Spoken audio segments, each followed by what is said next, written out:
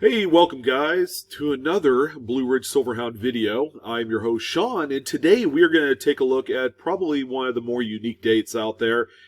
Even though this particular Lincoln penny was minted into oblivion, only one mint was responsible for producing all of the coins for 1965.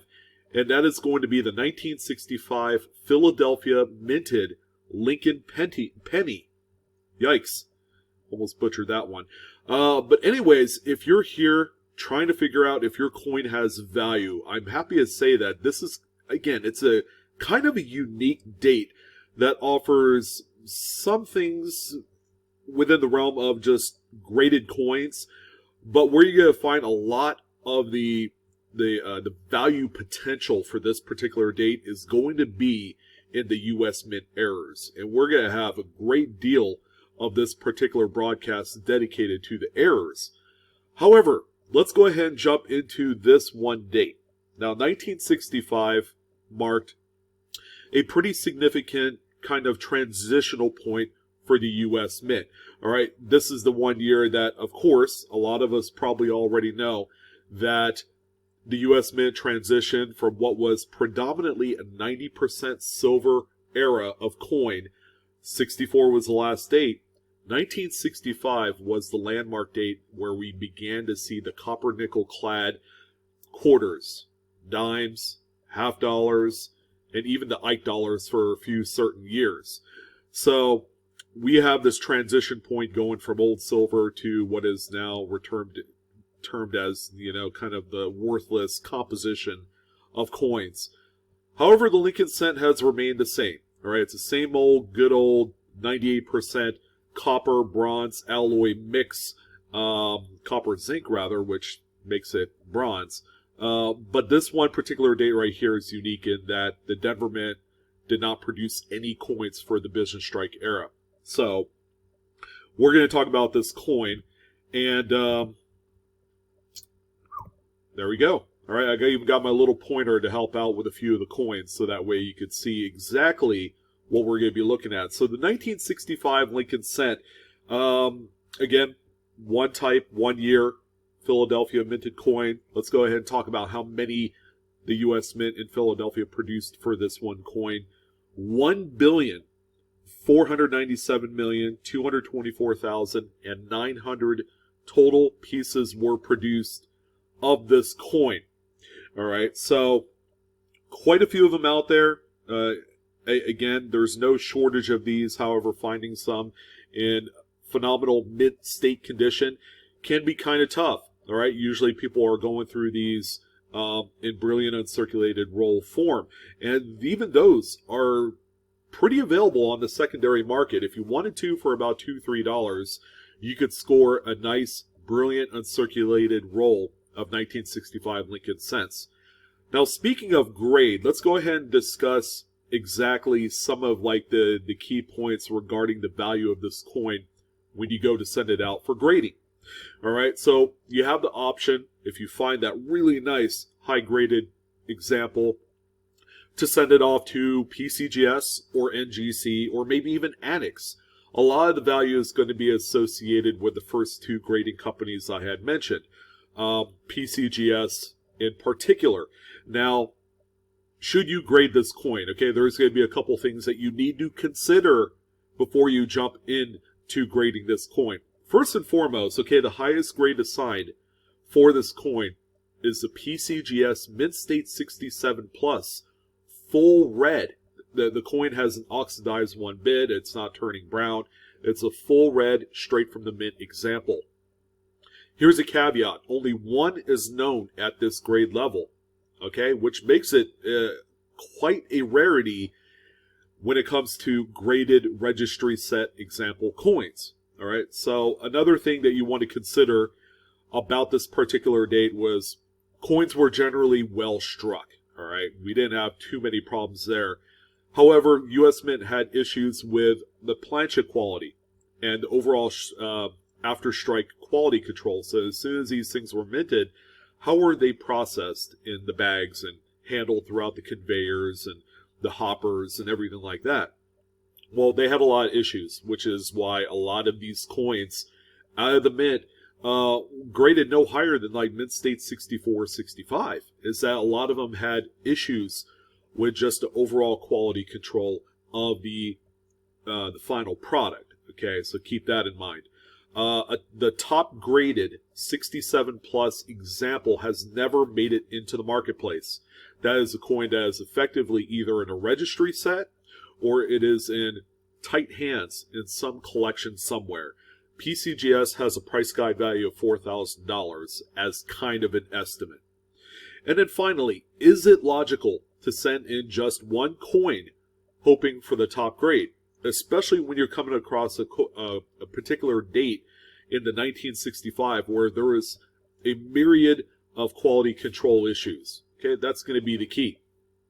Now, generally with these kind of grading submissions, you would have to send a whole bunch of coins to the graders. You would, on average, spend anywhere from $20 to $28 per coin, whether you're doing kind of like a singular submission, 2 or 3 coins, or if you're doing a bulk submission, 20 plus coins. You are going to be investing a lot of money into the authentication aspect of this particular deal.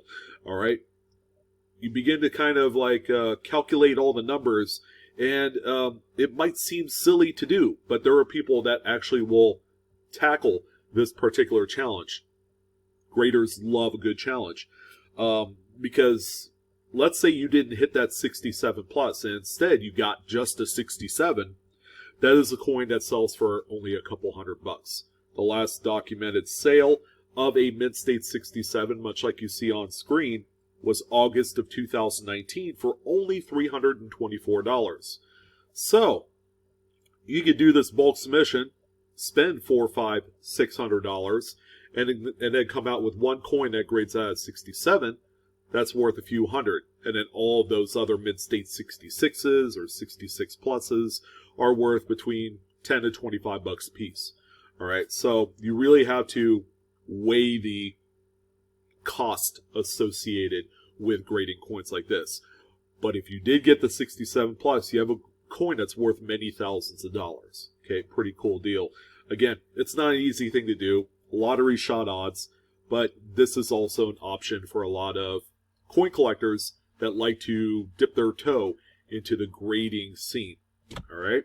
So the next thing I want to also point out is that there are no known die varieties for the 1965 Lincoln cent. That's pretty interesting. However, the first discovery of a double die or equivalent type of variety will be sought after by Lincoln cent enthusiasts. You can imagine just the amount of buzz that's going to surround such a coin upon its discovery. And the real question is, would you like to be that finder of such a coin? Look at every coin. Make sure that you have, the suitable amount of tools that you need in order to look for something like this. Again, all it takes is one coin to find that neat double die, whether it's on the obverse or the reverse of the coin, and you're going to have something that's going to be worth a lot of money to, a very select group of Lincoln cent enthusiasts. So, pretty cool chase kind of like scenario that you could go for if your eyes are feeling up to it. All right, now the big part of this video is going to be the errors that exist for this date. Again, it's almost like a transitional year from the silver era to this new era of clad coinage. So there's going to be a lot of things happening. All right, and I'm happy to say that there are a lot of errors that existed in 1965 that are worth mentioning, and they're all worth money. All right, so let's go ahead and take a look at a few. The first one that we have here, these are all documented sales on Heritage auctions. So all of the photo credits go to Heritage. Fantastic photos. And I will tell you how much each one has sold and what date. All right, so the first one that I want to bring up is going to be the 65 Lincoln. This one looks a little bit bigger than the normal struck coin. This one is a broad struck error. However, it exhibits a little bit of damage. It's got an obverse wheel mark that is evident. Let's see, I think it's right here.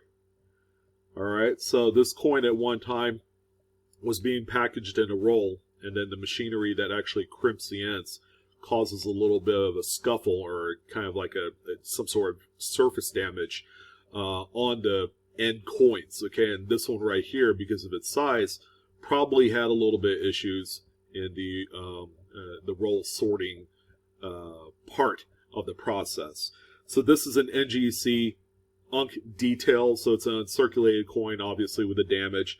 This one sold May 11th of 2014 for $23.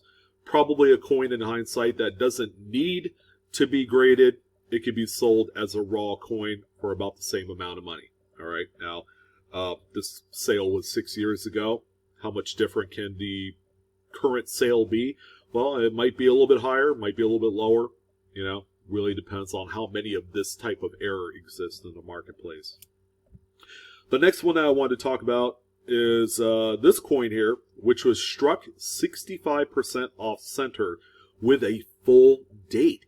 All right, this is one of those errors, the off centers, that are worth a lot more to collectors when you could actually see the full date on the off center strike.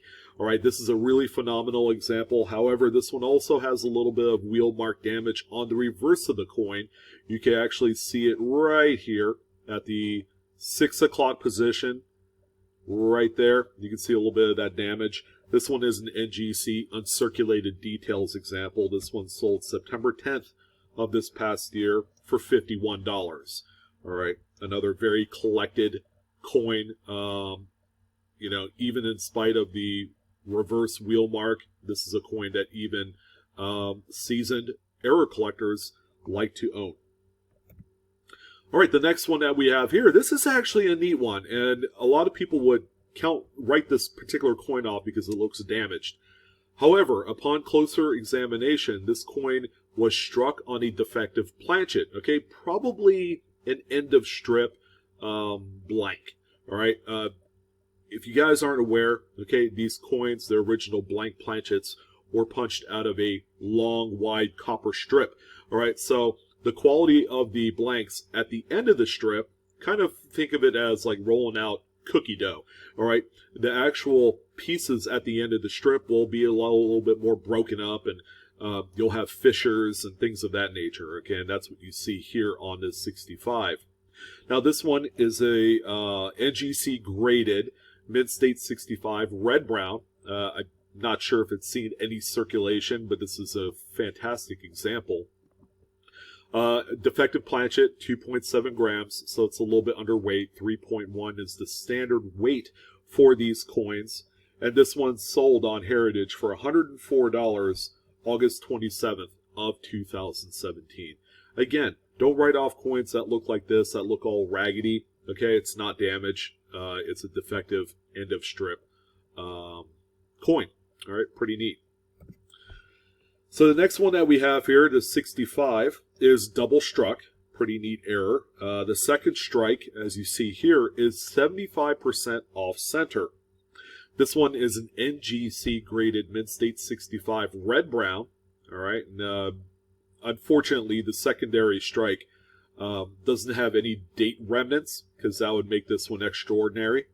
This one sold for $199.75, February 21st of 2016. Pretty neat error here.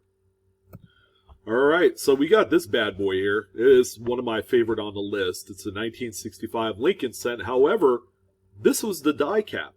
This was the coin that was struck, but it's stuck to the hammer die as it's being struck, okay, and just kind of wrapped itself around the head of that die. It's pretty phenomenal looking coin. It's probably sized somewhere, somewhere in that kind of like quarter-sized coin. I mean, it got really big, as you could see on here. But this one right here is an Annex graded mid-state 63 red brown, and this one sold for $282 March 1st of 2015. All right, so this one right here, this is just wild. See how much bigger this coin got, you know? It looks surreal, but this is what a die cap looks like after it falls off. All right, pretty cool. All right, so we're getting into the spicy errors. Okay, we have here a 1965 Lincoln that was struck on a clad 10-cent planchet that was intended for a Roosevelt dime. All right, so the coin is a little bit thinner than a standard Lincoln cent. In addition, because of its size, you have some of the details cut off because of the size of the planchet. But this one right here is a PCGS Mint State 63, and this one sold August 19th of 2018 for 300 schmackaroons, $300. Keep an eye out for stuff like this. Of course, if you found a penny that is silver or clad in color, obviously you have something that is just outstanding, and this is what you have here.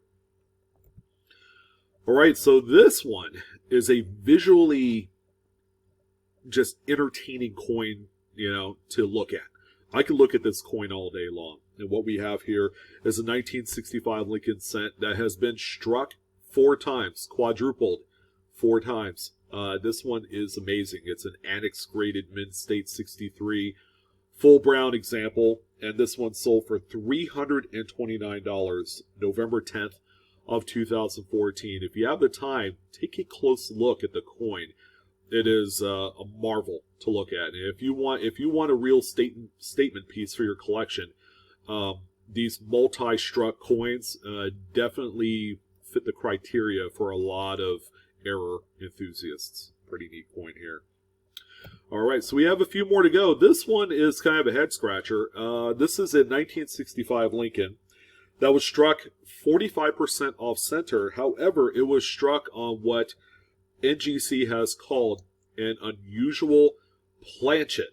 All right, so when I look at the original planchet, it reminds me of a coin that was struck through a cloth.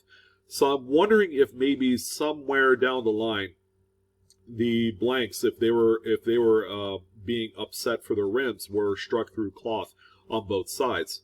Maybe a cleaning rag or something to that effect. I'm not sure, but this is a very interesting error, one in which you don't really come across ever. All right, we see off-center coins all the time. This one has a full date evident. It's a very striking coin. This one sold on Heritage Auctions way back January 11th of 2016 for $998.75, and it is also worth mentioning that's an NGC Mint State 67 red brown. So it's a nice high grade. This would be a great centerpiece for any collection. But the likelihood of finding one of these today out in the wild, it's pretty scarce. I can't really say that we'll ever find one of these out there, but at least you guys know exactly what something like this looks like. All right, a few more to go, ladies and gentlemen, and yeah, we got a couple of the nicest, most incredible errors. How about a double denomination error? One of my favorite error in coins, and this one right here, is the 1965 Lincoln that was overstruck onto an already struck Roosevelt dime, probably in 1965. As you can see right here, you can see the date. Pretty nice. This is a coin again that I could spend all day just examining. But this one right here is an NGC Mint State 67, and this one sold on Heritage April 29th of 2011 for $1,035. Yes, they are worth this kind of money, and the Lincoln on dime double denomination error it is found pretty regularly out there. I have to say, there are people that have discovered coins of this ilk, and it's just going to be one of those coins that's going to be coveted for years to come. So keep an eye out for stuff like this. Obviously, the coin will be kind of silvery in color because it's going to be a clad, but this is a really neat error. Okay, one in which that maybe one day I'll add to my collection, because this one would be a great centerpiece as well. And there is the slab Mint State 67, nice high grade.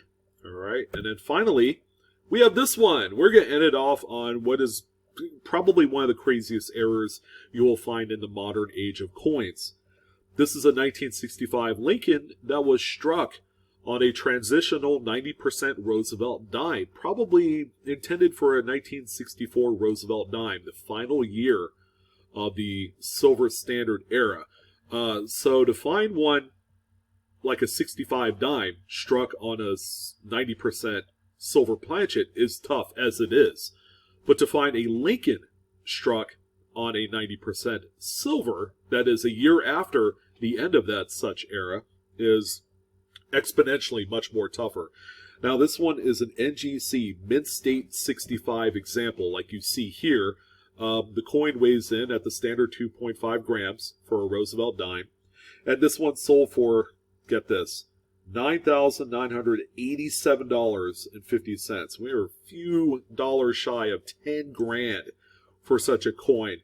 But again, you never know when stuff like this is going to pop out. This one sold on Heritage January 10th of 2013. And there have been a few examples sold since then. But this one, ladies and gentlemen, is going to finalize the 1965 Lincoln cent. Again, these errors make up a small percentage of all of the realized sales of other 1965 Lincoln cents. Don't overlook any of them. Save them. Put them aside. They are all very valuable, very coveted in error collecting today. So I want to thank you guys for joining in on this video. It was a huge pleasure, huge pleasure. As always, good luck with your hunt. Okay, it's kind of like a closing statement. Check every coin and make sure you have an adequate magnifier for your search. I always tell people 8 times, 10 times power at the minimum. You don't want to go too high. And then if you need a magnifier, keep in mind, if you look below under the video, I have my Amazon links in there. So just go ahead and hit the expand on the description, and then you'll see a bunch of links. Go ahead and click any one. Go ahead and do a little shopping if you need the tools of the trade. So, as always, guys, I want to thank you for watching this video. Hopefully you got a few things out of it. Don't forget to like, share, subscribe, hit the bell for instant notification, and as always, Coinaholics, we are discovering together. Have fun, take care, enjoy the hunt, and I will see you on the next one.